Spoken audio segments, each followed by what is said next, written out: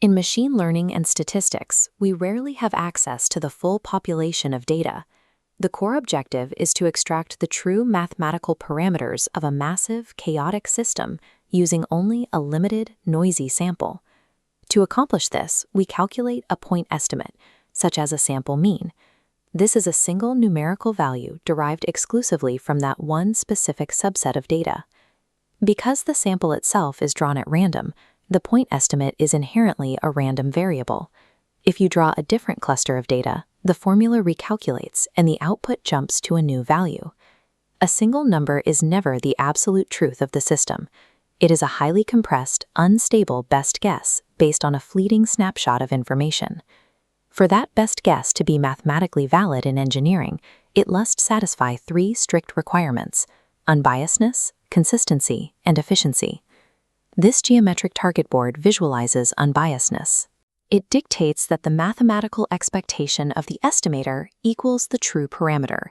Even if individual data points are scattered, their exact center of mass lands perfectly on the bullseye, meaning there is no systemic skew. Consistency requires that as the sample size, n, approaches infinity, the estimate strictly converges toward the true value. Efficiency dictates that the estimator must have the lowest possible variance, yielding the tightest spread among all unbiased options.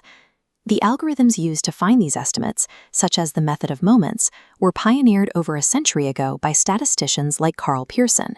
Yet, even an ideal point estimate provides zero information about its own margin of error. To quantify the exact level of ignorance in the calculation, we have to abandon single numbers and move to probabilistic intervals. A confidence interval is a mathematical range designed to cover the true parameter with a strictly defined probability. This probability is known as the reliability, denoted by the symbol gamma.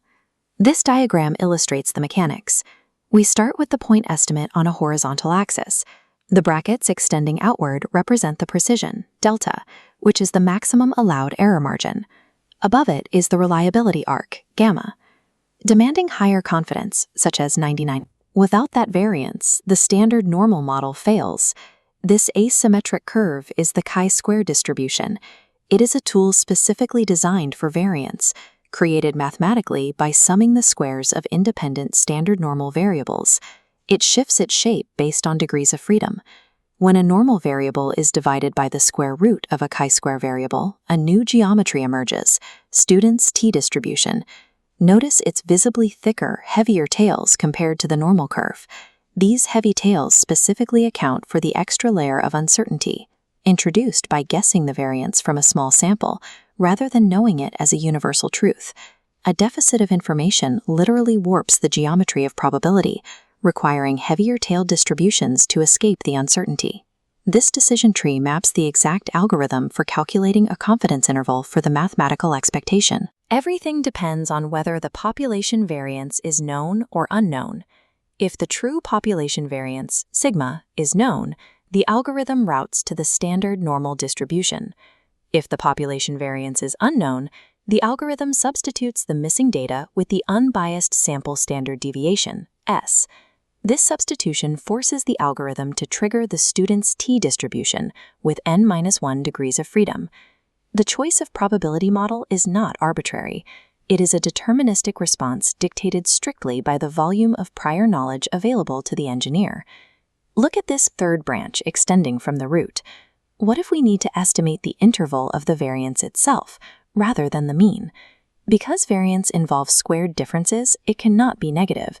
Symmetrical curves like the normal or student's distributions simply cannot be used. The algorithm must route this task to the asymmetrical chi-square distribution. Due to this asymmetry, the interval is not calculated as a neat estimate plus or minus precision. Two distinct critical points must be found to form uneven boundaries. Estimating structural volatility requires an entirely different geometric logic than estimating a simple average. This graphic compares the calculated intervals for a mean side by side using the exact same dataset under different assumptions. The student's t-interval is visibly wider than the normal interval. That width is the mathematical tax on ignorance. It is the exact cost paid in precision for not knowing the system's true variance.